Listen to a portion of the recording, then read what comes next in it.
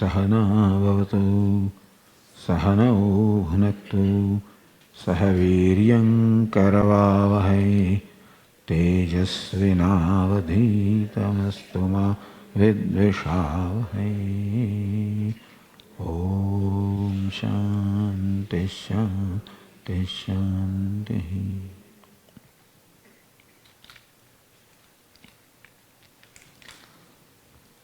The topic of today's talk is prayer or prarthana.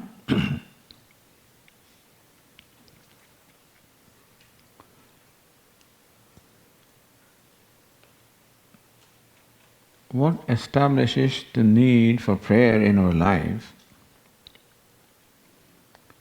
is that we are needy beings. Swami Paraprajnanaji said about the desires one after the other arising and the desire remaining the same, that we are needy beings and a variety of needs which manifest as various desires. And we do a number of things in our life to fulfill our desires. But we also know that very often we are not successful in our efforts. In spite of, we are not always successful in our endeavors in spite of making the best efforts.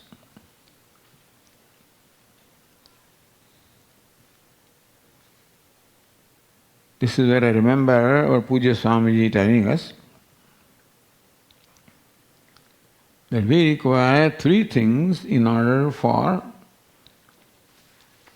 successful accomplishment of an endeavor. One is, of course, prayatna, or an adequate effort on our part. Other is kalaha, the time, that the effort is made at the right time and during the right duration of time. Like a farmer should make an effort at the right time to till the land, sow the seeds, etc. And for a duration of time until his work is complete and the crops are ready. So prayatna, self-effort, adequate self-effort of course is one of the most important needs. Kalaha, the time, at what time you should make an effort also is very important.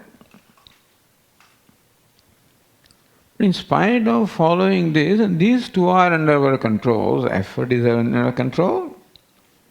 In what time? And for duration of time we should make an effort, that also is under our control. And still we know that very often we are not successful. That means that there is something variable.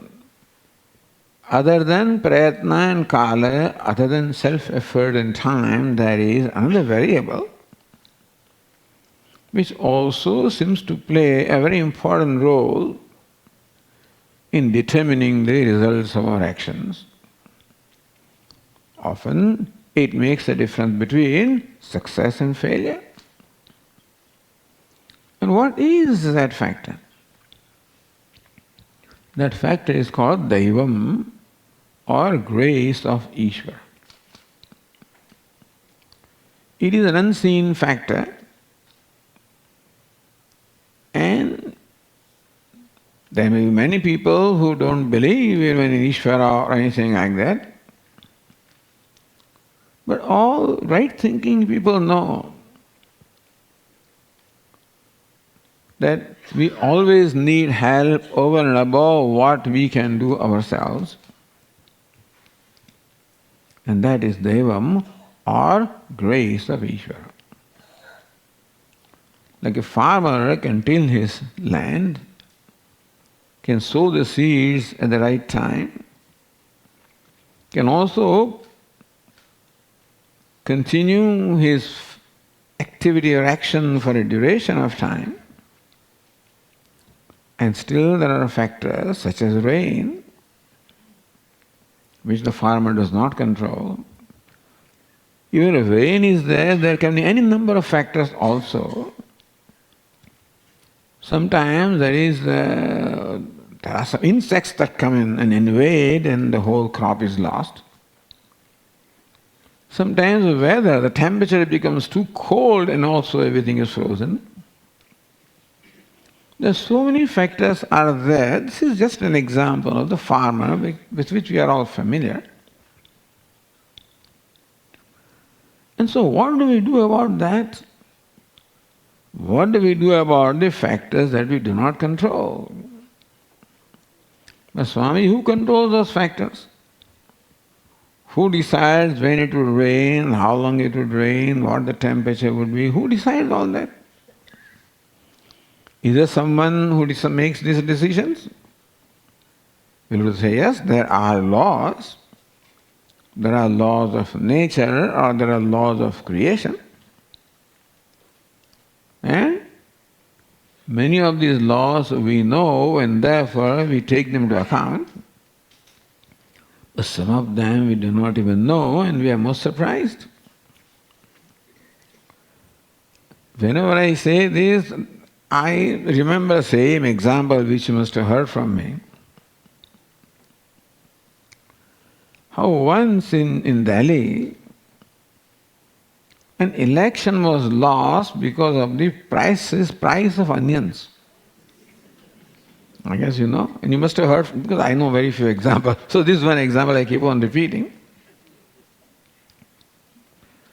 But the price of onions rose at the time of election, and therefore the party which was in power was blamed for the rise in price of... Now these days, the Swami, you can talk about tomatoes in India.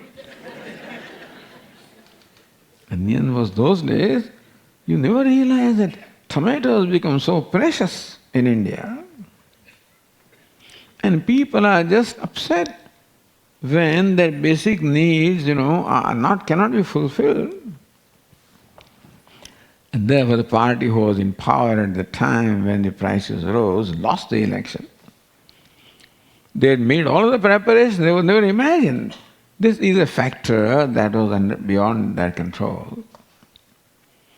So thus there are factors that we know which play their part in determining the result. And there are factors that we do not know. And therefore the need of the grace of someone who determines all these variables. And that is Ishvara, who has created the universe, who has also created the laws of the universe. Many of the laws are known to us, and we of course take them into account. But at the same time, there are many variables and laws we do not know. And therefore, the need for securing the favor of Ishvara. He should become favorable to us. That's what a bhakta wants. Madhusudan Saraswati says, the 9th chapter of the Bhagavad Gita explaining this verse, where Lord Krishna says, Samoham sarvabhuteshu navedveshyo sinapriya. Samoham sarvabhuteshu. I am somehow equal to all the beings. Navedveshyo sinapriya. I don't have partiality for anybody, I don't hate anybody, everybody is the same in my eyes. When Bhagavan, some people seem to be successful, other people are not, some people are happy, others are not. What's the reason? You seem to be favoring some people. You claim that you are equal to all of them, but we find that you favor some people. This is Lord Krishna. On one hand he says, I am equal to all. Then he puts a condition there. Ye bhajanti tamam bhaktya maite teshu chapyaham. There is one condition here. Ye bhajanti tamam bhaktya. But those who worship me with devotion, maite teshu chapyaham, they are in me, I am in them. Meaning that they become the recipients of my grace. But Lord, are you partial to your devotees?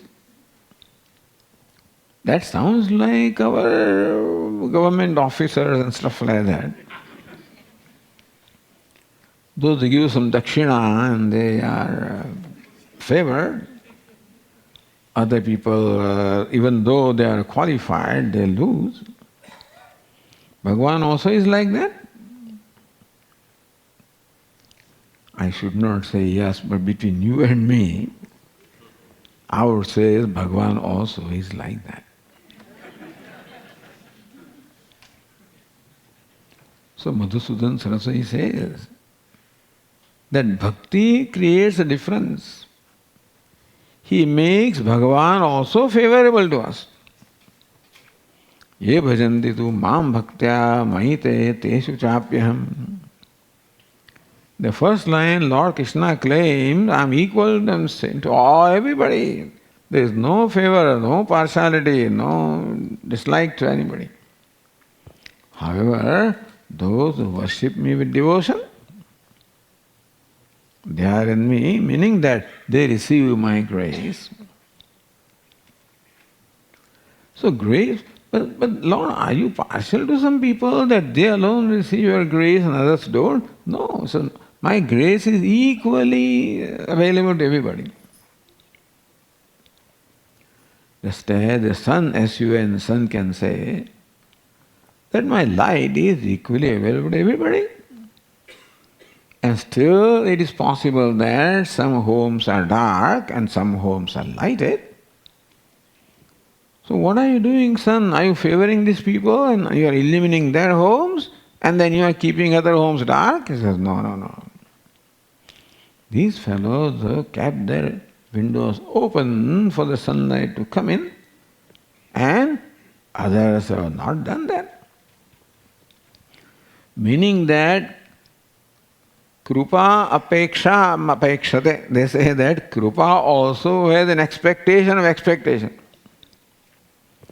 Meaning that even though the Krupa or grace of Ishvara is showered equally upon everybody, and still something is needed on our part also to receive that Krupa. By opening our windows for the sunlight to flow in, or somebody was complaining, it's raining and I want to enjoy the rain and the rain doesn't help me. I'm deprived of the rain. He said, hey, you are holding an umbrella. Close your umbrella. Then you can enjoy the rain.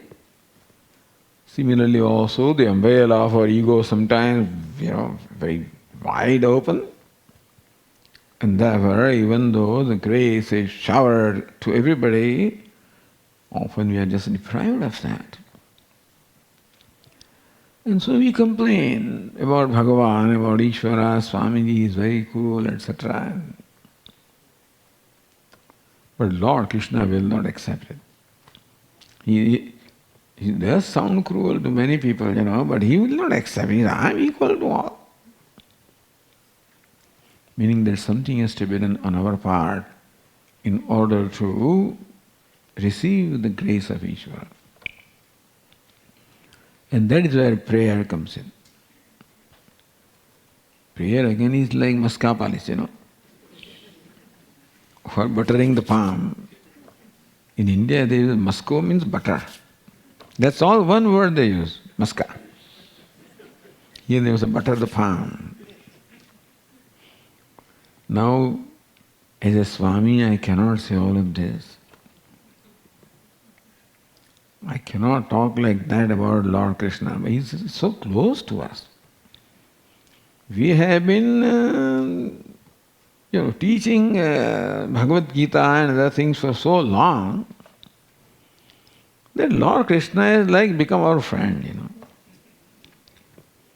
When he's a friend, then you take liberty. You can't take liberty with everybody, but with friend you take the liberty, just do them tabha, etc. You can do that. So with Lord Krishna, not liberty, but still, as though compare him with an ordinary person, and as though he also can be made favorable by palming his buttering his palm. So that is prayer. Prarthana means to urge. Prayer means to urge. I urge the Lord that please bless me, please help me. And that is very important in our life. For human beings it is important. Swamiji, have you seen any dog performing prayer? I don't see anybody else other than human. They don't perform prayer. There is no prayer. Why does human being require prayer? Well, other creatures don't require any prayer. Because other creatures are quite content with what Ishvara gives them. Others are all content. Ahara, nidra, bhaya, maituram cha. All the other creatures want is ahara, they want food, nidra, they want rest, they want to protect themselves and procreate. This is all their needs are. And they don't demand anything more than that. In this scheme of universe, Ishvara has provided for this, that it automatically happens. Every creature knows what is the source of the food, every creature knows how to procreate, every creature knows how to protect, etc. etc. The human being also has his needs. Ahara, we need, nidra, bhaya, maithunam, all of that we need. But then we need something more than that. This human being is an interesting creature that I am an ambitious person. I am born with ambitions. Meaning that I am not satisfied with the way things are. I am not satisfied with the way things are around me, and more than that, I am not satisfied with the way I am. Meaning that we are born with dissatisfaction. Dissatisfaction with our own self. And that is the source of all our misery. The unhappiness or sadness the poor human being suffers from has its source only in that I am not happy with myself, I am not comfortable with myself. Isn't that funny? But Swami, why? I don't find dogs and cats being depressed or sad because they are happy with themselves. They are fortunate they are not evolved, The human being is evolved. The price of evolution that we pay is that we are dissatisfied with ourselves. So that seems to be a punishment. Looks like the price of this evolution is that so that shows evolution.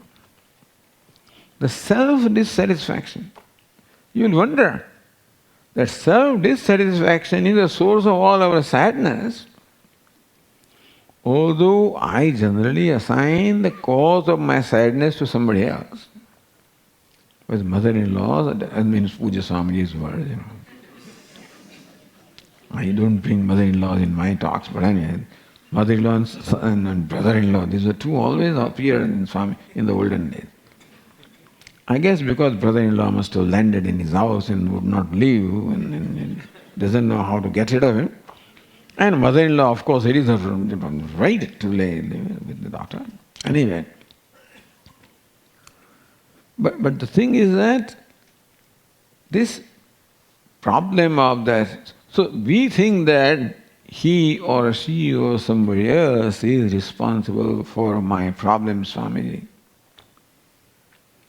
Not recognizing that basically I am responsible for my problem. In what sense? In the sense that I am not satisfied with what I am. On one hand, we are the most blessed entities, the human beings. We are the most gifted things in this whole set of creation. And still, this is evolution, that we are evolved beings. Since other creatures are not as evolved as we are, therefore they do not suffer from self-dissatisfaction. So they're happy. That's why ignorance is bliss. That ignorance is bliss applies to all those creatures. That they are happy. What does a dog have to be happy? And a cat and all these other creatures, but they seem to be content. They don't fight with themselves. Here in my mind, a constant battle is going on with my own self. Is it a blessing or is it a curse? We are born with the self-dissatisfaction, which is the cause of sadness.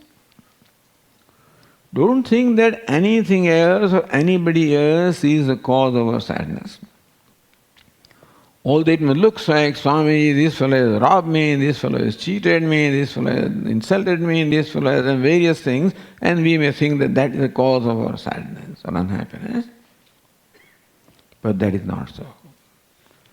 You can be still happy and, free in spite of all that stuff. Lord Krishna says, Dukkeshu anudvignamanaha sukheshu vigataspruha.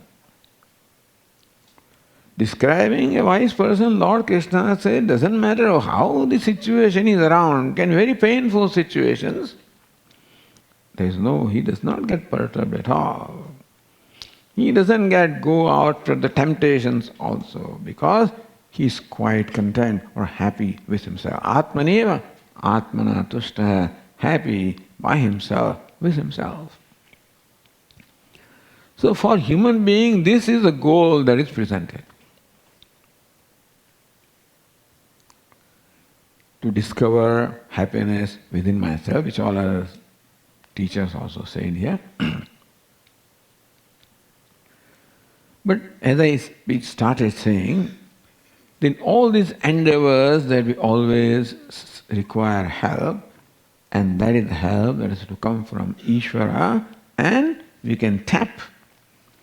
Our Pujya Swami always used to say that intelligent way of living is to seek help when you are in need. Seek help when you are in need. And you can only seek help from the one who can help, or the one who does not need help, by the way. Otherwise, like the story which I may have told you earlier, story of the Emperor Akbar, who was a devoted person also. This Emperor Akbar had set aside a period of time every day when any of the subjects could come to him and express their needs, and he would make an effort to help them. So one day, one fakir came to him. Fakir is an ascetic, Muslim ascetic. He was asked to wait in the room because the Shahanshah, or the emperor, was praying. He was asked to sit in the room. After a while, Emperor Akbar completed his prayers and came out, and saw this fakir, or this Muslim, leaving. He says, "Hey, why are you going away? You came here to seek help from me, and now that I am here ready to help you, why are you going away?" He says, "Shahanshah, you were performing your prayers, I just heard you. You were seeking a favor from Allah. You were asking him, now why should I ask you? I should ask him directly. No point in begging from a beggar, Therefore, who doesn't need to beg, who can help? And that is Ishvara, and therefore the right entity to seek help. Whenever we are in need, Swami, does it mean I should not go to the bank manager now for loan? I'm not saying that. That is all right. And still there are certain things that the world cannot fulfill. And that is where and basically our Swami Viditatmananda said, and Muktatmananda and Swami, everybody said,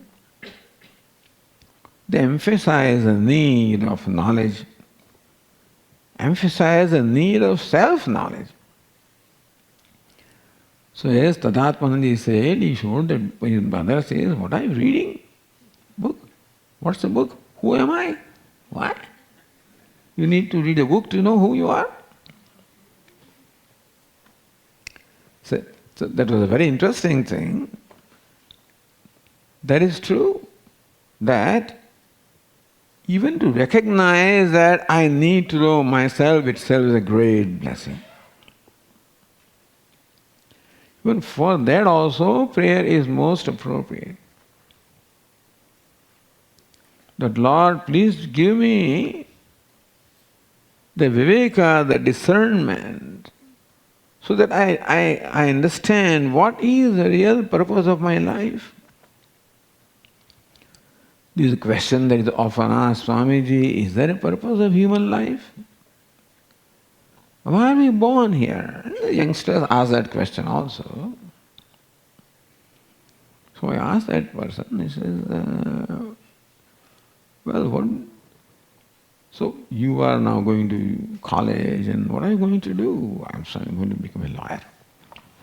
Then what? Oh, then I will practice. I did not know this fellow is a professor of, I thought he was, but that's great. Even that's great, I thought he was practicing law, but he's a professor of law. Then what? Make money and then do these other kind of things that I want to do. So what do you want out of that? Ultimately that I want happiness from all of this.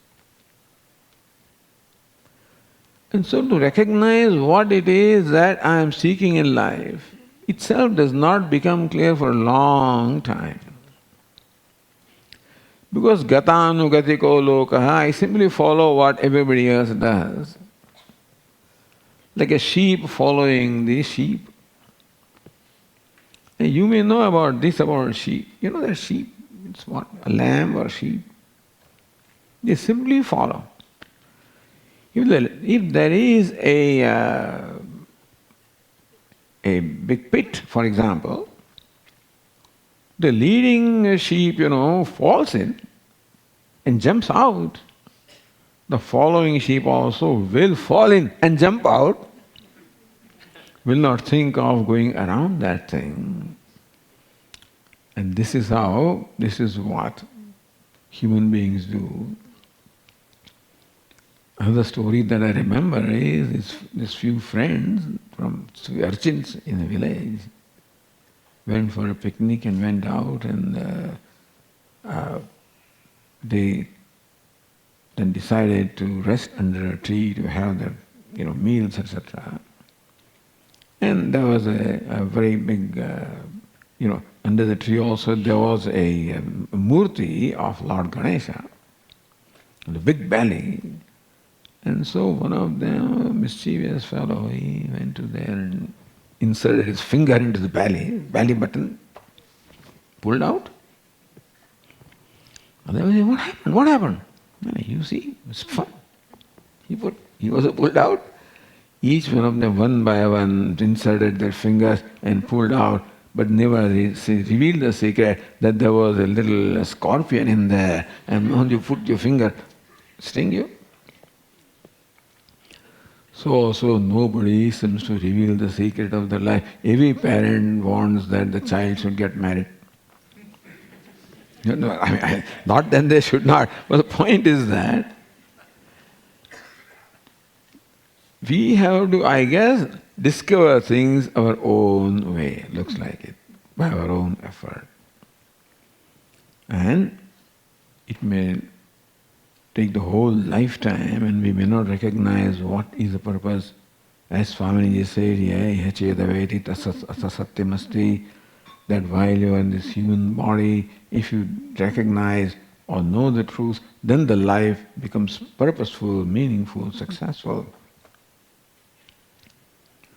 And so to even know the purpose of life also we require the grace of Ishvara. All along we require grace of Ishvara. People keep on asking me, Swami, what made you become a sannyasi? So I did not become sannyasi. Then what? It was given to me. All right. What made you, study Vedanta? I was just exposed to the teachers here in New York City, and then recognized Bada Swami, Chinmayani Maharaj, and then some study group, some very elementary Vedanta. What do you study there? But still, I don't think I understood much, but this much I understood, that Vedanta has something profound to offer, which I should have. I should study this in depth. And then came along, how I came to even go to study group is also a story, because I being what I am, I need always a grace because I will not do anything on my own. But anyway, that day, so after attending Puja Swamiji's talks, there are these envelopes, and do you want to attend the Gita study groups and stuff like that. I was very arrogant. I said, who is going to teach? What study group? I don't need to study. But somebody made me put a tick mark there. After 3 months or so, a letter came that there is a meeting in New York City in such and such place at such and Sunday at such and such time. After 3 months, thank God, then I said, but I said to my brother, let us go. I don't know why. We went there, no parking. For 45 minutes went round and round. I was about to come, then I said, no, hey, you just take care, be in the car, let me go up. When I went up, a group of people were sitting on the floor. I said, this is strange. They're taking out their shoes. What are they doing here? I asked him, why do you remove their shoes? Why are they sitting on the floor? And as I entered that room, somebody made a remark, I think we should let people know that they should come in time. So what? Still I did not walk out. I said that. And then they discussed, and then some study group, and somebody will be the sevak. Sevak means, I don't need a sevak, I don't need a leader, but I still accepted that. And the study group was all the way in Bronx. I was living in New Jersey, Fortley, not far away. So every Saturday. And people would ask, where are you going? But I would not reveal where I was going.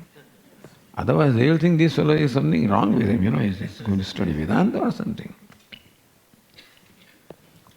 So this is how it just began in spite of myself. All I am saying is this is all in spite of myself. Even when I went to listen to Bada Swamiji, first day I travelled in the subway train, and it is amazing, for the only time that the trains, broke down. I've never heard a train breaking down, and I could not reach there. I said, forget it. I did not forget it. Next day I decided I'll drive there and go there, and this is quite amazing. When I look at myself, all of this is in spite of myself. As though I must have been sort of prompted. So went there and put a tick mark on the study group and went to study group. And then I got an idea that Vedanta is something important to offer. I shouldn't know how stupid I was, but how immature I was.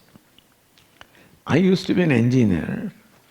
So this is how they say, hey, if you study Vedanta, an engineer becomes a better engineer, and this becomes a better doctor. So that's how, So I think I'll become a better engineer. So let me go to study, so I'll become a better engineer. I'll come back and then I'll start my, engineering. And when I wrote these letters, people were very upset in the family, including my close family, and this is, I said, don't worry. Why? They thought that once a person goes to ashram, he doesn't come back. Don't think so. I'll come back. No, you won't come back. I will. So this fellow made me record. You make a commitment. So I reckon I'll come back. I don't know whether he's preserved that cassette or not, but anyway. So this is how things were. And I was thinking, I'm going to Mumbai, And what sort of ashram will there be? What kind of bathroom they will have? This is a thought. Not what kind of teacher would be, what kind of bathroom they will have. I think maybe I'll stay in the city and commute and attend the classes. So I went to Bombay a few weeks earlier and went to visit the ashram Sandipani Sadhanalaya. It turned out that our Puja Swamiji usually was traveling and giving discourses, but Swamiji was for 3 days in ashram at that time, so when we went there, he was there. That's the first darshan I had. But before that, I even agreed to study from somebody. Because here I only was exposed to Swami Chinmaya, Bada Swamiji. And I would not accept to generally study from anything less than that. But they said, well, somebody else is going to teach some Swami there. I don't know him, I've never heard of him. And still I came. And then I wrote from there. And these people in Mumbai would not reply me. I wanted an admission in this course and they would not reply. Fortunately, Bada Swamiji was passing by. I said, there is no reply. Hey, tell them I have told you. Okay. So that is how. And then I had once taken my mother, to have Swamiji's darshan. Swamiji says, Hindi, whatever Hindi he could speak. Amma chinta mat karna. हम उनका बहुत बड़ा ध्यान रखेंगे. जैसा आप रखती है वैसा हम ध्यान रखेंगे. He was trying to comfort my mother, Otherwise, if mothers, they don't. So this is how Then I came to Mumbai and I said, what kind of an ashram is this? Let us inspect it. So with my bhabi, means my elder brother's wife, we went there to see it. Puja Swamiji happened to be in the course of travel at that time. We had darshan. I prostrated. He was surprised. Somebody coming from America in a pant and shirt and he's prostrating to me. So he was pleasantly surprised. And then my bhabi says, what kind of food to give them here? What kind of food they give? That was her concern. And my concern was what kind of bathrooms there are, And it's very interesting. How the grace works. That from the day one, I went there, and then, imagine from United States, you go to this Sandipani Sadhanalaya. Fortunately, every brahmachari had their own room, but that was a saving grace. We had shared bathrooms and shared toilets. But, your individual room, thank God. So that was enough. And they were serving sambar and, in that all Malayali cooks, because Bada Swami, so. But from day one, I had no problem with any sambar, with any chapati, any sabji, nothing at all. Everything was perfect. The teacher was perfect. And I maybe that is the happiest days maybe in my life, those 2.5 years.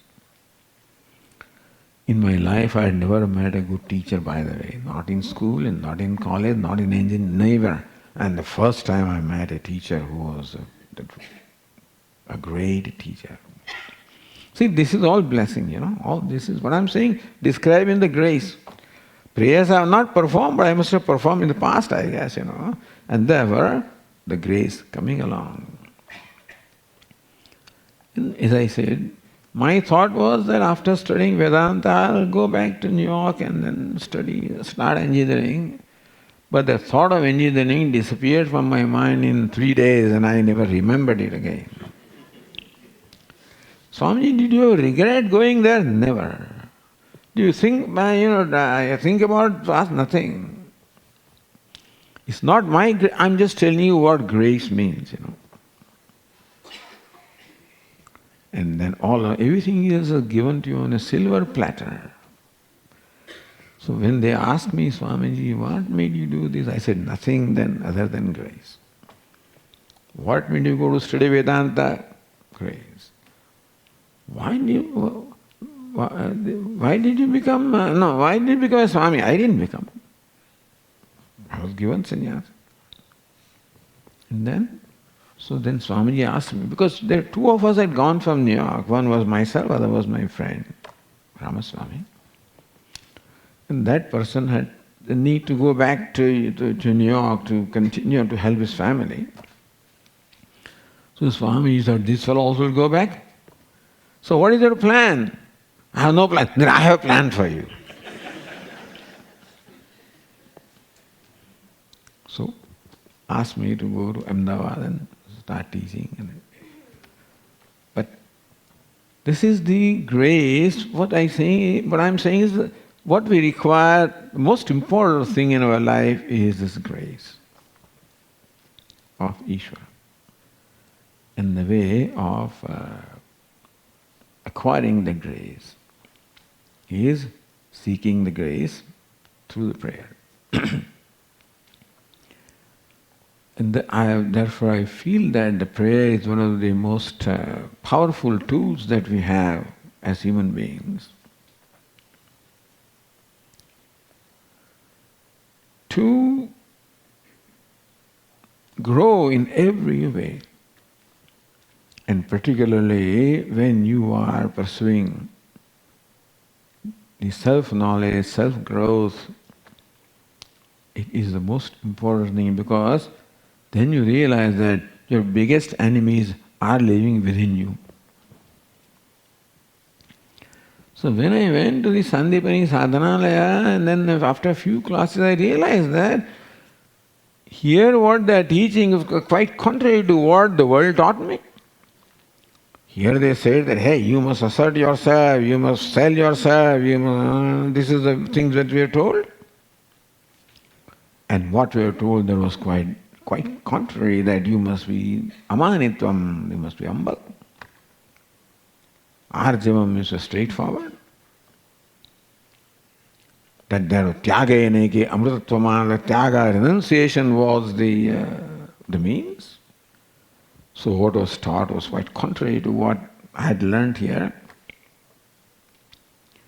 And everything just fitted in well.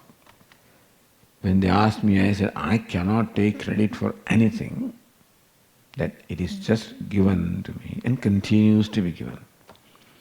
I think I have never made any decision in my life, because as I said, Swami says, oh, you have no plan? I have a plan. That's beginning from there. And then after some 2.5 years, Swami says, come to Sandipani, because they needed a teacher.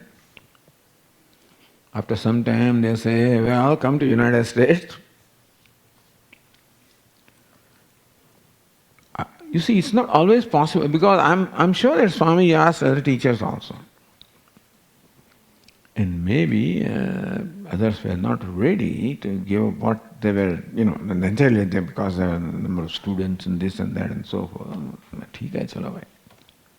Come here, went there, whatever. And so this is how things have been going. And then made me vice president. Then of course president. And I don't know what all this means and what am I doing.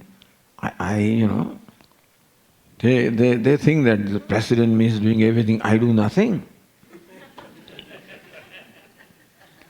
Swamiji, change your telephone. It is so, I don't need a telephone. I don't do anything with a telephone. Why? I don't receive any phone calls. The only thing I do with telephone is maybe receive once in a while a call and make once in a while a call. That's about all. Maybe send a message, text message or something. Then other than I don't know what, So that is a kind of life of no responsibility. And everything is